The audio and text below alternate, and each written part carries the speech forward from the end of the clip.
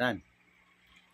Dati ka mo, tinesting ko yung, yung nagtitinda sa mga bus-bus. Tubig, yung,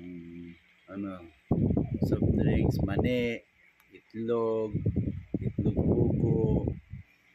Tinesting ko dati yun eh. Para nagtry ako magtinda. Siyempre, hindi ko naman pwedeng kayahin yung tinitinda nila. Paano ako makakabenta? Pag ginaya ko yun, testing ako. Gumawa ako ng item. Hindi, siyempre, di ba, naman yung libre naman sa kayon. Pinara ko ngayon yung bus. Ayaw akong pasakayin. Ang daya nila. Pag yung pinapayagan nila, pugo, mani, tsaka yung tubig. Samantalang pag ako magbebenta, ayaw nila akong payagan. Tininda ko ba naman ay papag?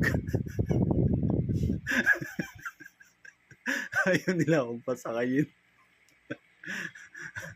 Ano na palagay mo? Ba't ayaw nila akong pasakayin?